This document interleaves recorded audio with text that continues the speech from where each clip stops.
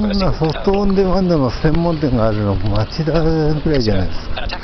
まだありますからね。初めてです。言っちゃいけなかったです。So an attacker in this case, what do they know? They know the ciphertext. They know the algorithm. The cipher. That's the assumption we make with respect to the attacker. They know what the ciphertext is, and they know what algorithm was used to encrypt. They know the decryption algorithm. They want to find the key or the plaintext.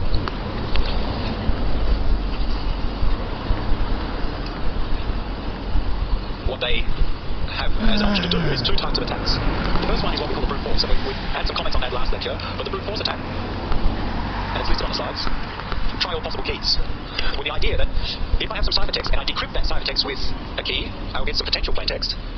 And if I try all the possible keys, then one of those potential plaintext values will be the correct one, because one of the keys is the correct one, and for this attack to work, that the attacker can recognize which one is the correct plaintext and therefore the correct key.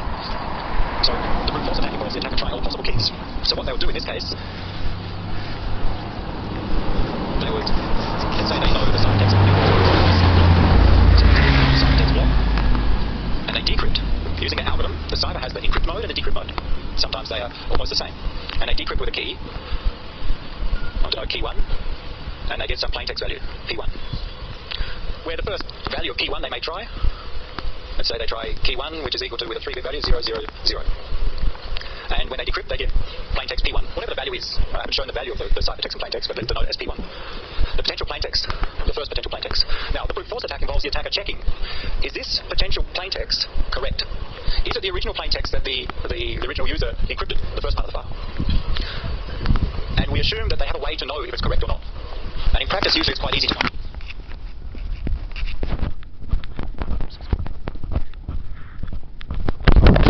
If the file was a text document in English, then it would be a set of words in English, and I'd recognise that. If it was the wrong plaintext, then it would be random characters. So there'll be no structure.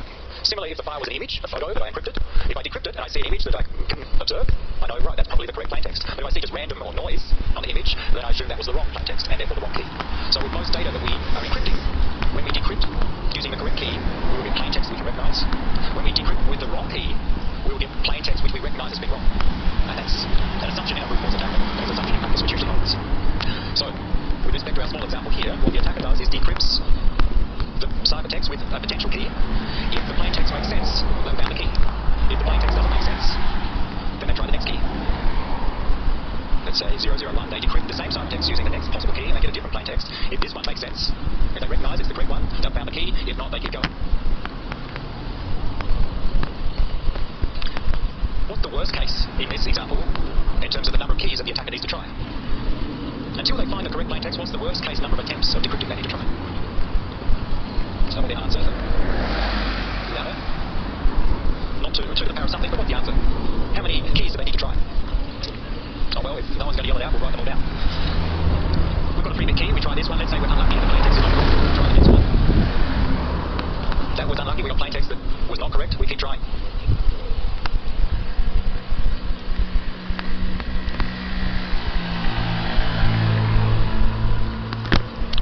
We know that the algorithm only uses a 3-bit key, so in the worst case, we have to try 8 times, try 8 different keys. And one of those 8 must be the correct key that the original user used, and we must give a correct plaintext.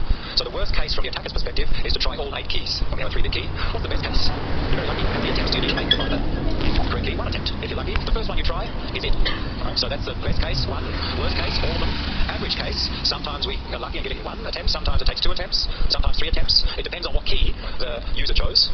And if they chose a random key, then we can say on average the number of attempts we take is half of the key space. So the best case was 1 attempt. The worst case would be 8. The average case, that is, if we did it once an attack, where the user chose a random key and then we did another attack from another key and keep doing that many times, on average it will take 4 attempts. Half the worst case. Because sometimes it takes 8 attempts, sometimes 1, sometimes 7, sometimes 2. We average all those values, it becomes 4.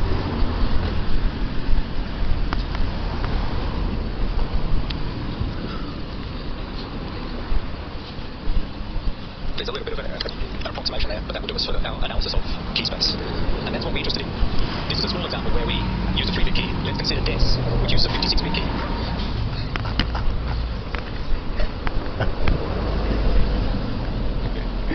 It actually has a 64-bit key, but only 56 are used in the encryption, so the attacker only needs to guess 56 of the keys, 56 of the bits.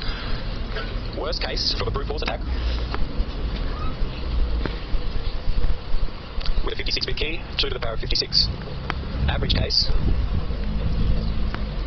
the number of attempts that we need to take is half of that, 2 to the power of 56 divided by 2, which is actually 2 to the power of 55. Not much difference, in fact. The order of magnitude is about the same. So there's not much difference in practice between average and worst case, because those numbers are quite large. In other words, if the worst case took me 1,000 years, then the average case takes me 500 years. Both of them are too long. And we'll see some numbers on how long they would take. Or if the worst case took me 1 day, then the average case would take me half a day. Both of them are easy to do an attack on. So sometimes we'll list the worst case performance, sometimes the average case performance. So that's the concept of the brute force attack. Try all keys. And if we can try all keys, then we'll eventually find the correct one, and the cipher can be broken.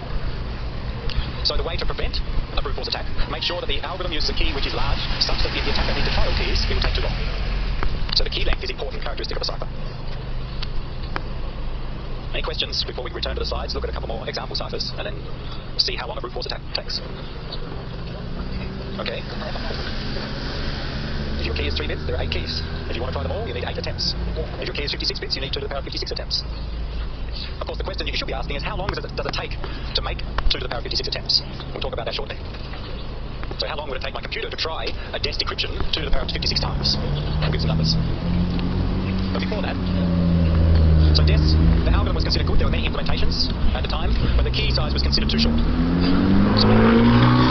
And another cipher was called triple DES, written as 3 DES sometimes. And that used DES but 3 times.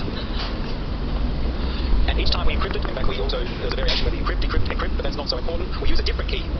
That is, we take our plaintext, apply DES using key 1 of 64 bits, effective length 56, take the output, encrypt, although it's decrypt here, which is in practice, it could also encrypt with a different key, another 64-bit key, and then again, another 64-bit key. Now the attacker must guess a key which is made up of 3 parts. K1, K2, K3. It's no longer 64 bits, it's 3 times 64 bits long. So that's the idea of triple DES. Extend the key length but use the same algorithm. And using the same algorithm means they make use of the same software, the same hardware to encrypt things. And there are a few variations on triple DES. Sometimes they use 3 different keys, sometimes use 2 different keys. K1, K2, K1. So there's the effective length of the key of DES is 56 bits. There was a version of triple DES that doubled that to 112 bits, and there's another version that tripled it, so that the actual length up to 168 bits. I think effective length, so 3 times 56 there. So a brute force attack against a 168-bit key requires an attacker to do 2 to the power of 168 different operations. We'll look at the numbers of how that will take shortly. So triple DES is still today considered secure, still used in some cases. The problem with triple DES is it's currently quite slow.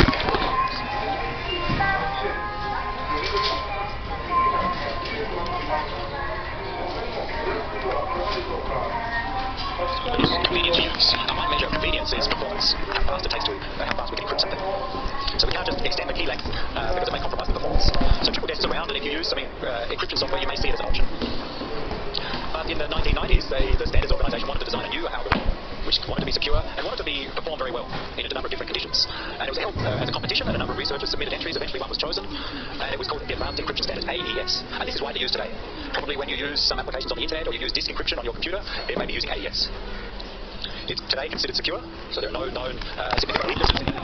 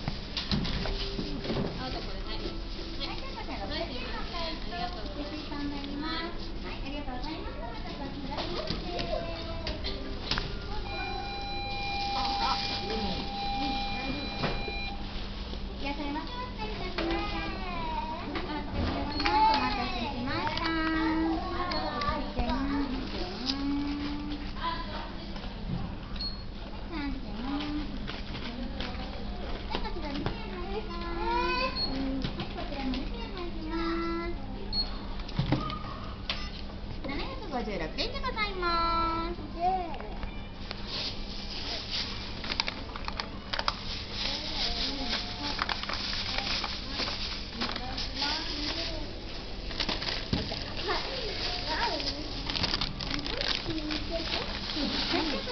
生ものになります。お預かりいたします。こちらね、1600円お預かりします。250円のお返しとレシートになります。ありがとうございます。またご出くださいませ。はい、いらっしゃいませ。お待たせしました。はい、ありがとうございます。ではこちら108円でございます。すみません、テープします。はい、すいません。はい、じゃあお願いします。110円お預かりいたします。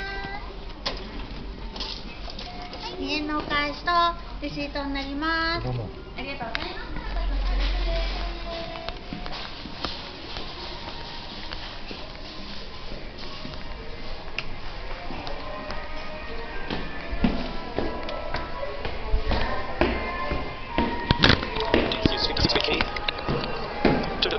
Is about 7 by 10 to the power of 16 keys. So that's how many we need to try. Then the question is, how fast is a computer to try those keys? And what I give in the next 3 columns are some theoretical speeds. What if we had a computer that could do 1 billion decrypts per second? 10 to the power of 9 is 1 billion. Then it takes 10 to the power of 16 operations divided by our 10 to the power of 9 per second.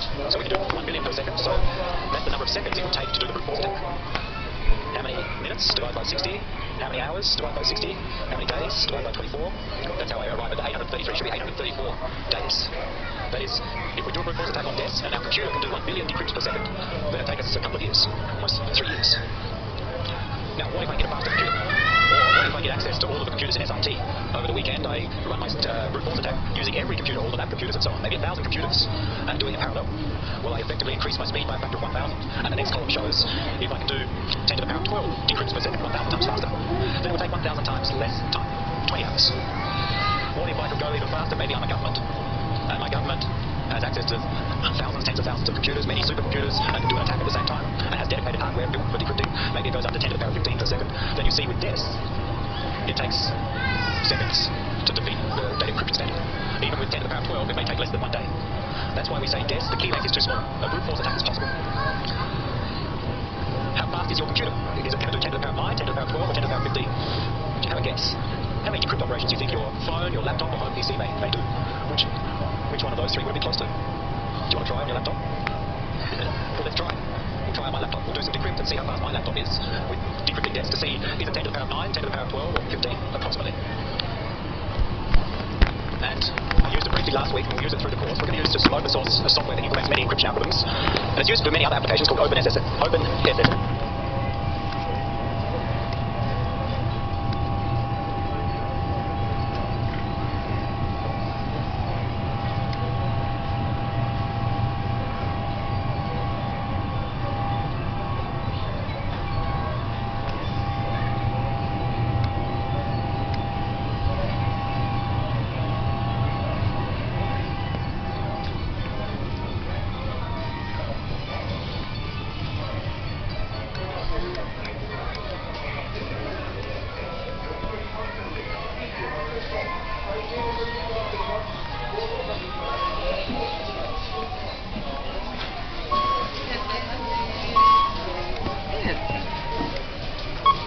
よろしいでしょうか。はい。 140円。奥の2番でお願いします。これいいですか？このままでいいですか。はこちら。ありがとうございます。現金投入口にお金を入れてください。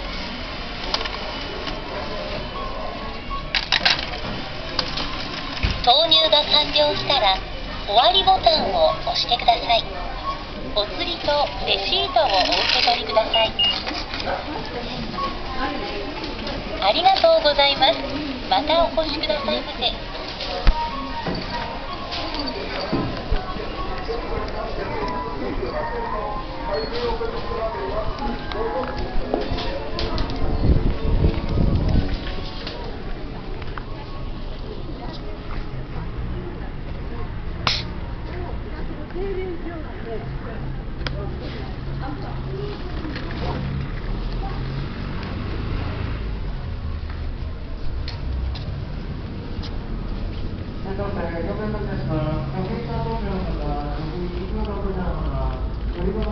Now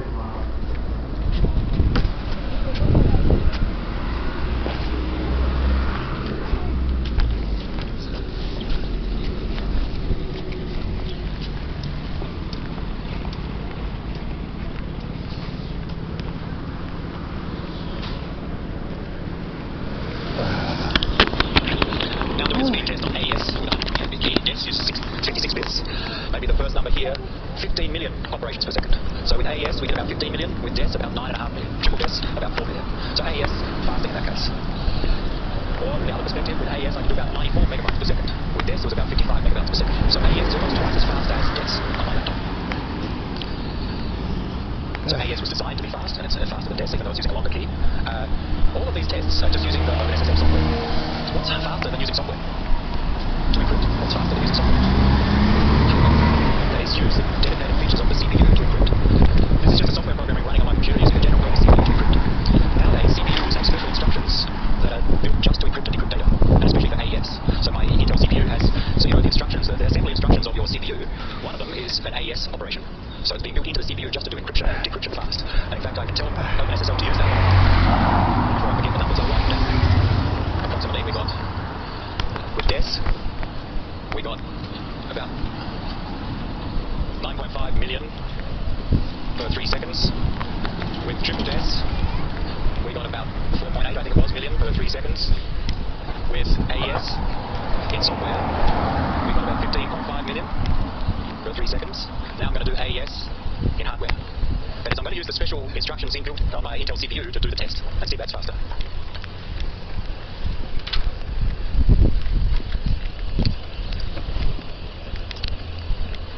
Don't look at my password. First, let's see what CPU I have so we can compare. My CPU, my laptop's several years old now. An Intel i7, a mobile version, maybe 3 or 4 years old. And lots of details about that. List things of interest. The features supported by this CPU, it supports a special set of instructions just for AES. So most recent, the last 4 or 5 years, CPUs have this set of instructions for AES. So now I'm going to use the speed test using the hardware features. And the option to tell it doesn't matter, but that says don't use the software, use the hardware to do an AES test. Let's see how it goes.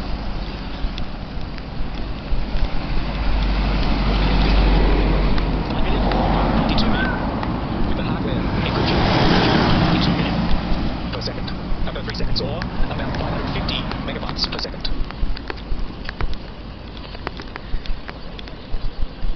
$92 million per 3 seconds. You see a big jump in speed here. It's almost 6 times faster than the same algorithm implemented just in software to use the CPU hardware instructions, and 10 times faster than DES. So AES, because it's so widely used, now has hardware support, and many devices can now encrypt using hardware, which makes AES very fast. So that's about 30 million per second. Still, that's only 10 to the power of 7 operations per second. Our example numbers here said, assume we can do 10 to the power of 9 per second, but my laptop can do maybe approaches 10 to the power of 8. So it's getting close to here, but still 10 or 100 times slower than this column. In a moment I'll show you some examples of some dedicated hardware for breaking ciphers and see what speeds they get to finish today. Before that, what if we use a 128-bit key as in AES? 2 to the power of 128 possible keys. If we had access to computers that could do 10 to the power of 15 operations per second, maybe I had 1 million laptops like mine, or 10 million laptops all doing it at the same time, then I could break that in about 10 to the power of 16 years.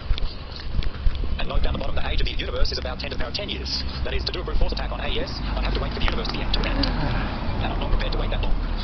And that means that effectively, a 128-bit key is secure. A brute force attack is not possible.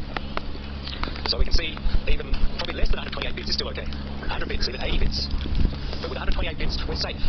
Even if we have a government with not 1 million laptops, but 1 billion laptops, 1,000 times more processing power, then it just comes down to 10 to the power of 13 years.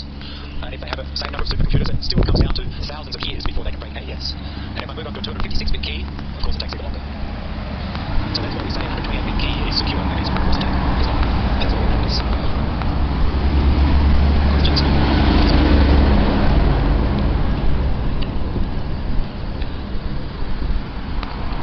We'll start with some theoretical numbers, 10 to the power of 9 and 10 to the power of 15. I'll show you some examples on my laptop. The laptops are not built to defeat AES or DES. You can actually buy real hardware specialized to beat or defeat ciphers. So let's look at some of that hardware and see how it works. And I think if you flick forward a few slides, you'll see the separate set of slides that I give some data. It's on the course website, brute force of DES and AES as well, but I think you have it in your handouts.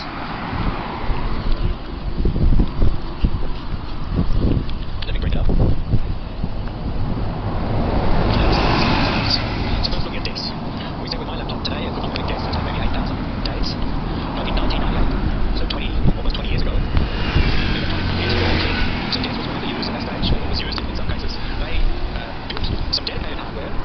cost about 250,000 US dollars at that time, and it could do about 80 billion keys per second. So that's 10 to the power 9 keys per second. And it could essentially defeat DES in a couple of days, a few days. So in 1998, you could build dedicated hardware to defeat DES. So DES was considered insecure even before that. That's just an example. Can you find more about deep threat and dedicated hardware websites? More recently, still 10 years ago, some German companies and universities, Copacabana, some gateways, FPGAs they used, and programmed them just to defeat DES, to do DES decryptions. And so this is the board, and these are the FPGAs that are slotted in there. That's from the company. They could do about 400 million operations per second per FPGA. And with a set, they could break DES in about 8 days. It only cost $10,000 in the case. At about the same time, the normal PC, a Pentium 4 at that time, could do about 2 million keys per second. A normal PC, about 2 million. This hardware could do about 400 million. So that's just an example. If you use specialized hardware, you can go much faster than a normal computer. If you apply those same numbers, everyone knows Moore's law.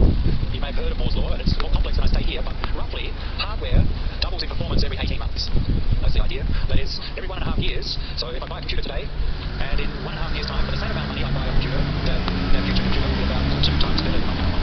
Double in performance every 18 months. Or, the other way, if I spend $100,000 today to buy a computer, which gives some speed, then in 1.5 years, I can spend $50,000 to get the same computer, the same speed computer. If it halves in performance, it effectively halves in cost. If we apply that principle, then today, well, this was 2013, I haven't updated for a couple of years, but it will take maybe $300 US to break DES. Maybe today it's down to $100, 3,000 baht, 4,000 baht to buy hardware to break DES. So anyone can do it, that's the point. DES is insecure. What about AES? The same company built hardware dedicated to break AES. The AES 128-bit, they did a brute force attack again using FPGAs. The cost of that they could do about 500 million keys per second. They could do some faster ones with some specialized attacks, almost 1,000 million keys per second. And if you put numbers to that, approximately if you spend $15,000, this is 2013, you would do a brute force attack with $15,000 in 1.7 by 10 to the power 20 years with this hardware. So a brute force attack, if you spend this amount of money, would take about 10 to the power 20 years with dedicated hardware on AES. If you had more money, you could buy 1,000 of these. $15 million, reduced to about 17 years. If you have $15 million, you would do it in about 10 to the power 14 years. Still impossible. If you multiply by 1,000 again, spend even more money, you still can't break AES 128. That's the point there. What if I want to encrypt something today and make sure it's secure 10 years, 15 years in the future? I don't want someone to be able to decrypt it in the future. Well, if we extend maybe 15 years, so 2028, again, the cost halves every 1.5 years. Approximately, in 2028, if I have $15 billion to spend on my computers then it'll still take 100 billion years to defeat AES 128. So, brute force attacks, in theory, are possible, but very easy to defend again by choosing a key length of 128 bits or larger. Questions before we move back to our lecture slides? Remember all of those numbers. The quiz will ask you how much does it cost to break AES. Only joking, you don't need to remember all of them. But be aware that a brute force attack is not possible if we use a large enough key. This is trying to show that. And have an idea of how fast computers are with respect to encryption. They talk normal computers, maybe millions of operations per second. Hundreds of millions in some cases. Dedicated computers, even faster. But when you have 2 to the power 128, it's still no use to do a brute force attack. So where do we get to? What about other attacks? Brute force attacks are the dumb approach. Just try everything. The smarter approach is to try to find some weaknesses in the algorithms, in the ciphers. And that's referred to as cryptanalysis. And there are many different ways to do cryptanalysis. People try to find weaknesses in the ciphers, in DES, AES, and others. And some are found in theory. But with respect to AES, there are some known attacks on AES. The Byte-Cleave attack is one known one.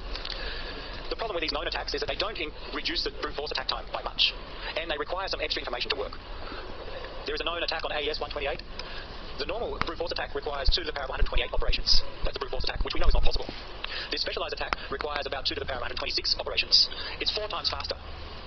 4 times faster than billions of years doesn't really matter. Okay, so in theory, these known attacks are a little bit faster, but not significant.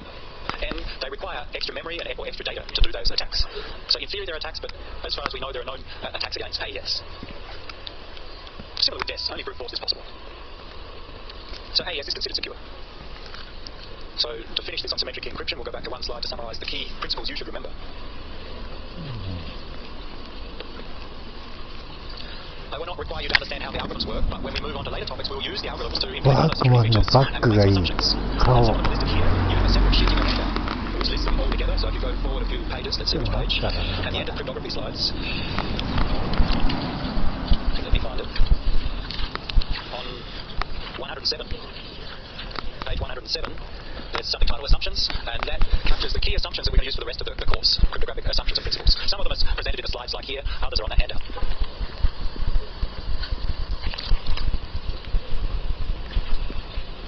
This one, we'll not go through all of them, but these are the things that we use, and you should remember and understand these assumptions and principles as we go through this cryptographic course. So, some notation. With symmetric key encryption, we use the same secret key, we denote as K, both the encryptor and decryptor. So that key is used for encryption and decryption. If A is communicating with B, let's say we say there's user A and user B, then we'll opt to write the key as K subscript AB.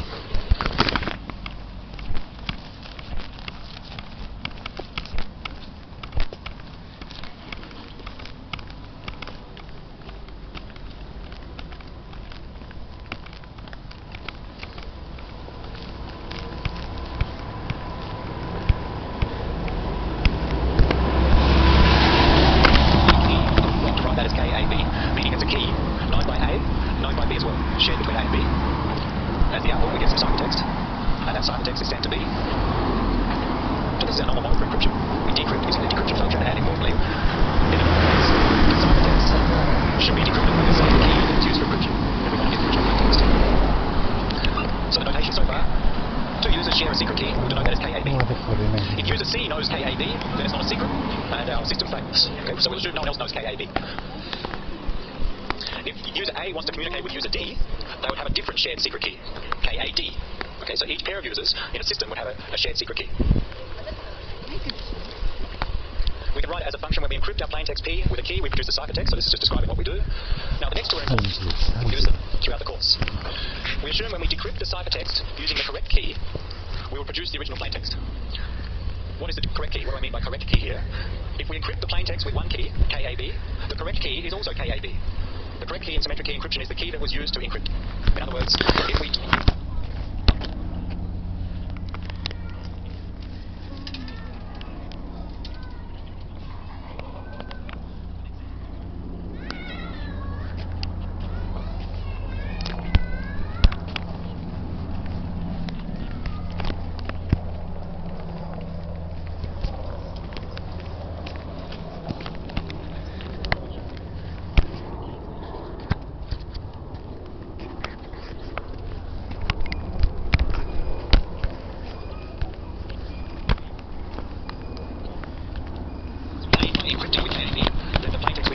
is the correct one, and the key that we used is the correct one, and that will become useful for authentication. From the other perspective, when we decrypt ciphertext, if we decrypt using the wrong key, that is, the plaintext was encrypted with KAB, I try to decrypt it with KAX, not with that key. When we decrypt the wrong key, then we'll assume that the plaintext that comes out is of course not the original. We'll decrypt if we use the wrong key, the one that doesn't match, that was used here. We'll get plaintext out, it doesn't match the original plaintext, and I will know that. And therefore I know that the key I used is wrong. So the decryption in practice produces unrecognizable output, random looking output, which we know is wrong. So this is an important assumption. The last two are important assumptions for how we use encryption for confidentiality, but also later on. It requires a bit of thought to get your head around that logic. I suggest you do that over the next 24 hours or so. Tomorrow we'll look at an example to summarize that and move on to the other aspects of encryption.